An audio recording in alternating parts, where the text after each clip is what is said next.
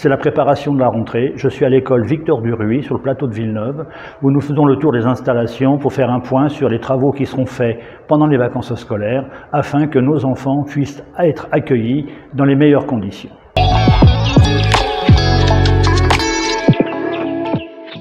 Alors évidemment, cette rentrée n'a pas été préparée comme les autres pour une simple et bonne raison, c'est que le budget n'a pas été voté puisque le compte administratif de la ville n'a pas été voté par une majorité des élus. Ce qui fait que ça a bloqué toutes les opérations d'investissement et je n'avais plus la possibilité de signer des bons de commande parce que il fallait régulariser les dépenses et les recettes via le budget proposé par la préfète du Val-de-Marne.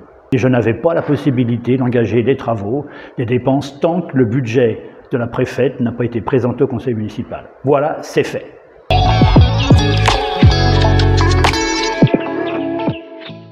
Nous avons dû préparer un budget, celui qui nous était imposé par la préfète du Val-de-Marne, avec des restrictions importantes sur certains postes, parce qu'il nous a manqué des recettes tant au niveau de la taxe d'habitation qu'au niveau des dotations qui n'ont pas pu être prises en compte par la CRC.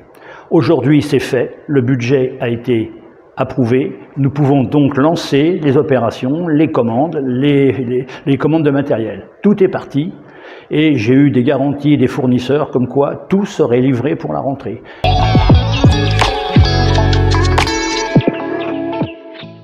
L'entretien des bâtiments, c'est un gros chantier puisque nous devons faire face à un manque d'entretien pendant beaucoup d'années. Et par exemple, nous avons décidé d'inscrire presque 1,5 million sur le groupe Anatole France. Vous vous souvenez de toute la polémique autour des moisissures, du mauvais entretien. Donc là, j'ai pu, avant-hier, signer les bons de commande pour les études, les recherches d'amiante, les recherches de plomb et les travaux qui seront engagés une fois que les procédures auront pu être validées. Et puis, sans oublier les autres écoles où des travaux d'entretien sont prévus, à Berthelot, à Saint-Exupéry, etc., etc. Mais j'en reparlerai dans le détail dans le prochain magazine municipal.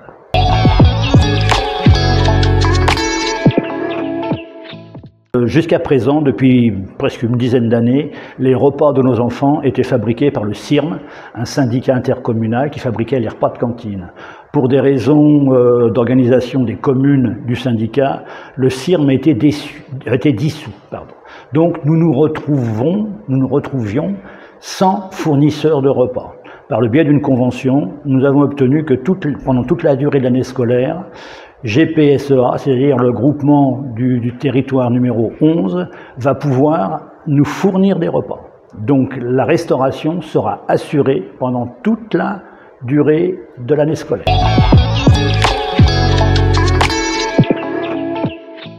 Dans les restrictions budgétaires imposées par la préfète, nous avons eu une priorité avec l'équipe municipale de ne pas empiéter sur les moyens accordés à l'école. Dès le départ, nous avons demandé, notamment au niveau de la CRC, dans les entretiens qu'on a eu et de la préfète, le budget lié à l'éducation n'a pas été tronqué.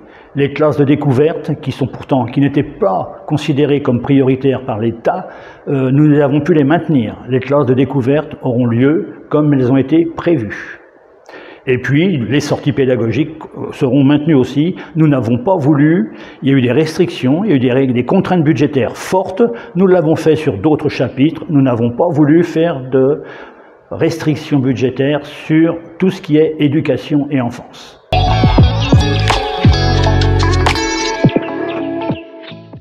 Dans les moyens accordés aux écoles, bien sûr, il y aura presque tout ce que les directeurs ont commandé, les livres, les cahiers, tout ça, ça sera pris. Et aussi, ce qui paraissait comme n'étant pas prioritaire au niveau du budget proposé par la préfète, par exemple, les dictionnaires. J'ai voulu maintenir les dictionnaires, donner aux enfants qui vont rentrer au collège.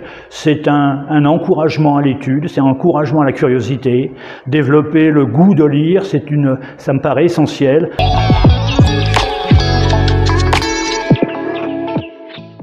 Nous emmènerons à peu près 300 enfants sur les différents sites des Jeux Olympiques.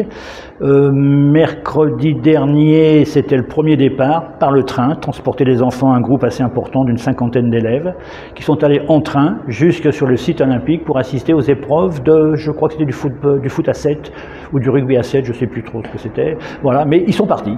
Voilà, et tout le long des épreuves, des groupes iront voir sur les différents lieux des épreuves, à chaque fois avec un encadrement assuré, bien sûr. Les associations, j'ai voulu que les associations puissent participer, celles qui étaient volontaires puissent assister aux épreuves olympiques. Et puis après, nous aurons la même démarche avec les épreuves para-olympiques qui font tout aussi partie de la volonté qu'on a de développer le sport pour tous.